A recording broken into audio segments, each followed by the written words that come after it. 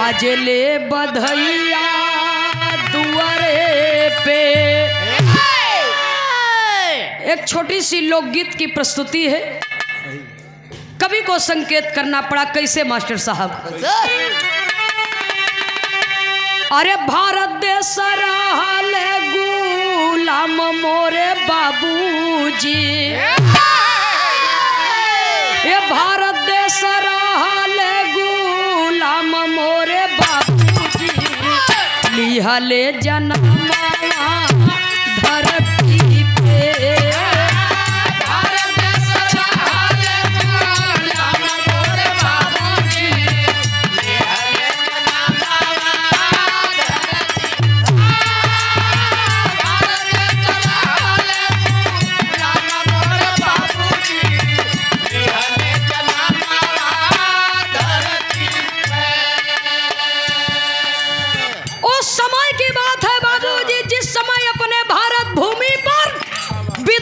का शासन था। गुलामी की जंजीर में जकड़ी हुई भारत मां कराह रही थी और छुआछूत चरम सीमा पर था। कवि को संकेत करना पड़ा बाबूजी, बड़के और छोटके में लड़ाई थी। तब भारत भूमि पर एक फूल खिला। कवि को लिखना पड़ा। पहले पंक्ति में कवि लिखते हैं,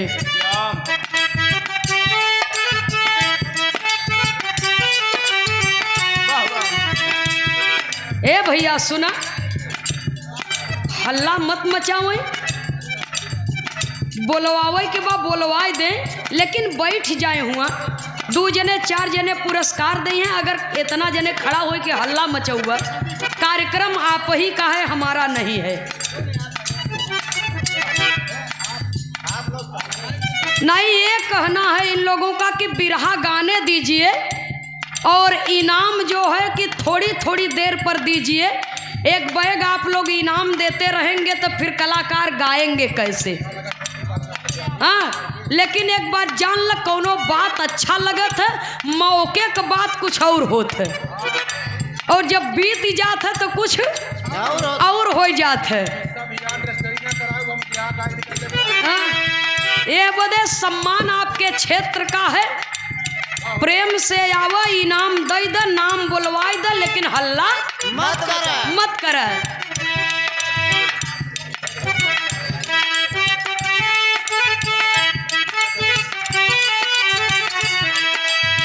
एमपी इंदौर में महू एक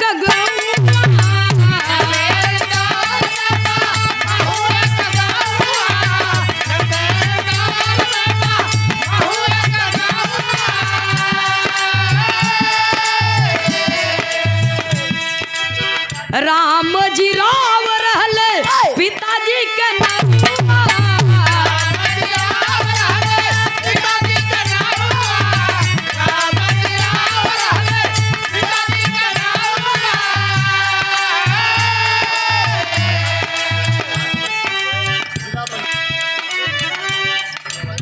माता भीमा बाई के मोकाम मोरे बाबूजी,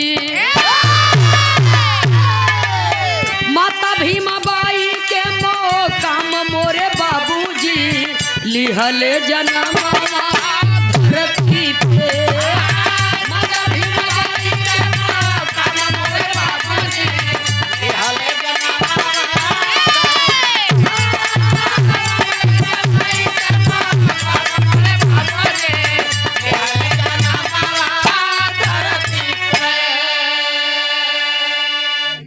संकेत करना पड़ा बाबूजी। मध्य प्रदेश इंदौर में महू एक गांव है और राम जी राव माता भीमाबाई के प्रेम से, परमात्मा के आशीर्वाद से बाबा साहब इस पृथ्वी पर जन्म लिए। अपने भाई बहनों में 14वीं संतान थे, लेकिन हृदय में एक उद्गार था।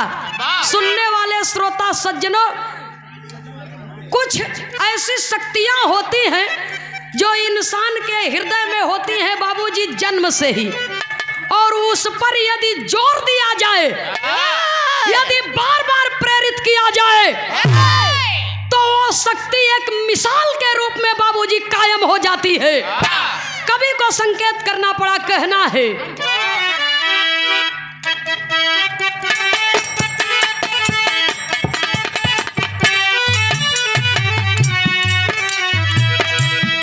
1891 अप्रैल 14 भाई।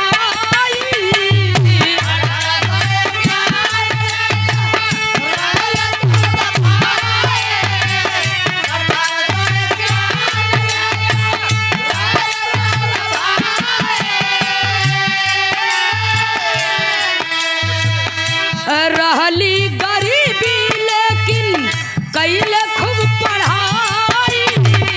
रहली गरीबी लेकिन कैले खूब पढ़ाई।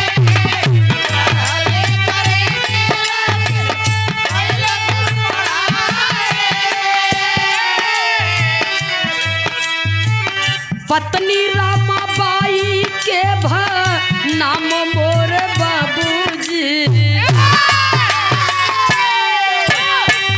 पत्नी रामाबाई के नाम मोर बाबूजी। लिहले जनाना धरती पे। पत्नी रामाबाई के नाम मोर बाबूजी। लिहले जनाना पत्नी रामाबाई के नाम मोर बाबूजी।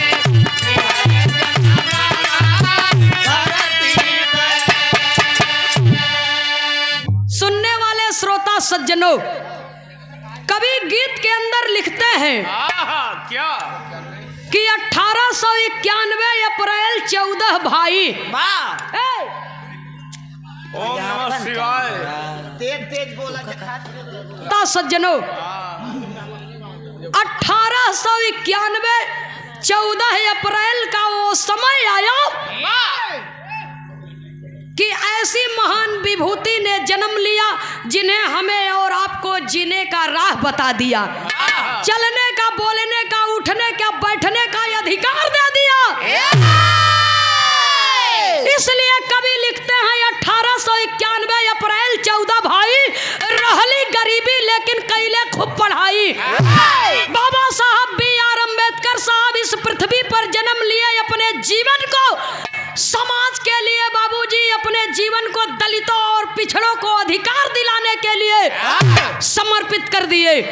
और उन्होंने बता दिया संघर्ष करके कि यदि हमारी मंजिल सच्ची है, हमारी निष्ठा सच्ची है, हमारी मेहनत एक दिन अवश्य रंग लाएगी। हमारे मंजिल के रास्ते में हमारी गरीबी रोड़ा नहीं बन सकती।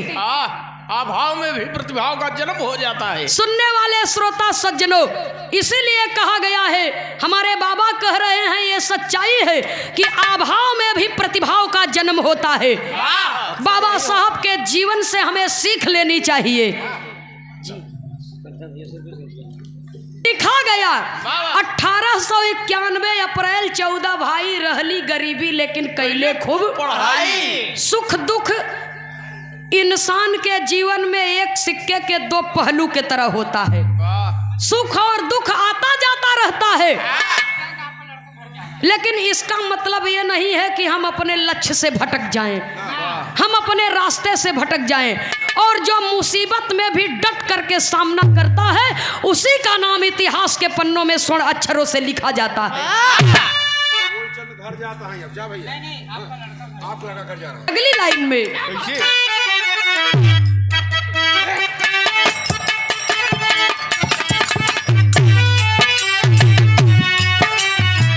27 मई सन 35 रमा के मरनवा। 27 मई सन 35 रमा के मरनवा। 27 मई रमा के मरनवा। सविता अम्बेडकर आईली दूसरी जनगणना। सविता अम्बेडकर आईली दूसरी जनगणना। सविता अम्बेडकर आईली दूसरी जनगणना। अरे कैली नींद गोरन कहा राम मोरे बाबूजी। लिहले जन्मवा धरती पे। समय का अभाव है, इसलिए हम संक्षिप्त में इस गीत को गा रहे हैं। बाकी ये इतिहास बहुत लंबा है। ये हमारे मुन्ना पीसीएस ये भैया आपको सादर नमन है, कहना है बाबूजी। बाबा साहब भी अपने जीवन में बहुत कष्ट देखे, बहुत दुख झेले। क्या उन्हें अपने पत्नी के लिए, अपने परिवार के लिए, अपने बच्चों के लिए दर्द नहीं था? लेकिन उन्होंने उस दर्द को ही अपना मजबूत हथियार बना लिया और शिक्षा के दम पर बाबूजी आगे बढ़े। इसलिए कि एक शिक्षा ही ऐसा हथियार है जो हमारे जीवन में रंग लाएगा, रंग भरेगा और हमारे जीवन से अज्ञानता रूपी अंधकार को मिटा करके प्रकाश ले आएगा। कवि को संकेत करना पड़ा, इसीलिए तो बाबा साहब ने कहा, बाबा साहब का 3 मूल मंत्र है, शिक्षित बनो, संगठित रहो, संघर्ष करो। क्योंकि शिक्षा एक ऐसी शेरनी माँ का दूध है कि जो पिएगा वो निश्चित तौर से दहाड़ेगा। इसलिए कपड़ा आप 2 दर्जे का पहन लीजिए, भोजन भी आपका 2 दर्जे का रहेगा, चलेगा। जरा गौर से सुनिएगा, मेरे गीत की आखिरी लाइन आपके बीच में प्रस्तुत रहेगी। लेकिन भोजन कपड़ा तनी 2 दर्जा के रही चली, सस्ता रही चली। इस कार्यक्रम को रखने का उद्देश्य क्या है कि आप अपने बेटी को, अपने बेटे को मेहनत और परिश्रम करके पढ़ाइए। अगर आपका बेटा पढ़ेगा या आपका बच्चा पढ़ेगा तो आगे बढ़ेगा, पढ़ेगा तो आगे बढ़ेगा। और आपके बच्चों को शिक्षा से आगे बढ़ने के लिए, विकास की मंजिल पाने के लिए कोई माई का लाल रोक नहीं पाएगा। लेकिन जब संस्कार देंगे, पढ़ाएंगे, लिखाएंगे, तब जैसन संस्कार लड़का पाई वैसने कार्य आगे करी। तब तो इस गीत को सुनने का और इस कार्यक्रम को कराने का कोई अर्थ निकलेगा। और सुन ली है, सवेरे बिसर गया, तब कोई मतलब निकलने वाला नहीं है। इसलिए कवि को संकेत करना पड़ा, कहना है जी।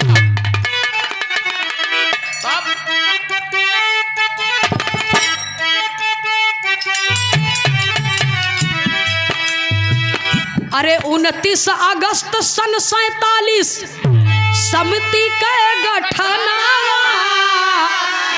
395 बनल धारा संविधान, 395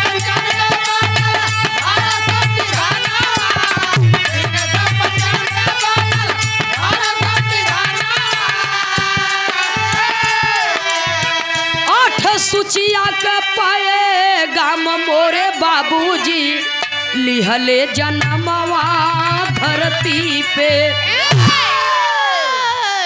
सुनने वाले श्रोता सज्जनों, संविधान को लिखने में 2 साल 11 महीना 18 दिन का वक्त लगा। 2 साल 11 महीना 18 दिन का वक्त लगा और बाबा साहब डॉक्टर भीमराव अंबेडकर साहब संविधान को लिखे और संविधान के माध्यम से हमें और आपको जीने की राह बताए, अपने अधिकार को दिलाए। तो शिक्षा का हथियार बना करके आगे बढ़िए। अब क्यों कहत नहीं न, जबरदस्ती दबाव नहीं देता। मैं किसी को गाली नहीं देती, किसी के धर्म पर उंगली नहीं उठा रही हूँ, लेकिन इतना जरूर कहब कि गोबर पूजब तो गोबर रही। एकदम स्पष्ट बात बा, गोबरे के तू भगवान मान लेबर, लेकिन जे तोहा गोबर पूजावता उ कगजे के, उ आमे महुआ के पाती के पैसा न समझे, उ नकली चीज न ले, तो नकली चीज कपारे पर थोप दे ही। तो इस कार्यक्रम के रखने का उद्देश्य है बाबूजी कि अपने अधिकार को समझिए और सही रास्ते पर चलिए। एक गीत लिखा गया था, का करी है पोथी और पतरवा झगड़वा हमरो अनहरे से। अनहरे का मतलब दुनो आँख के अंधा नहीं, जे ज्ञान के अंधा बा। ए भाव पर श्रीमान अनिल प्रजापति जी सादर फूलपुर से सादर 101 रुपया दे करके सम्मान किए। नमन है आपको। अरे आप ही सब थाम लेवत का हो जाए।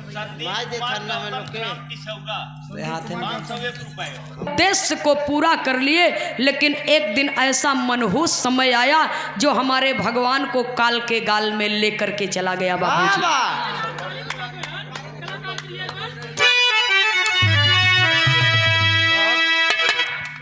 अरे 6 दिसंबर 56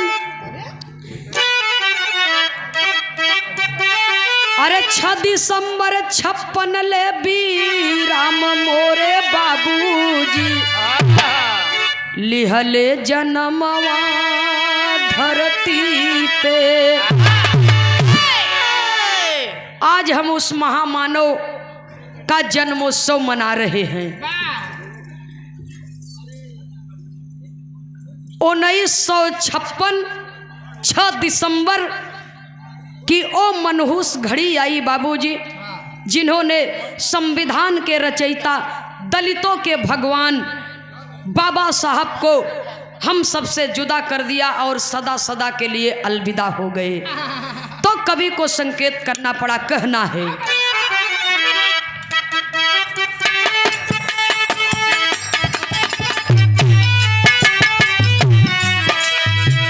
90 में सम्मानित भारत रत्न कहाए। 90 में सम्मानित भारत रत्न कहाए। 90 में सम्मानित भारत रत्न कहाए। सीताराम मोहित जी से प्रीतियां लगाए। सीताराम मोहित से प्रीतियां लगाए। सीताराम मोहित जी से प्रीतियां लगाए।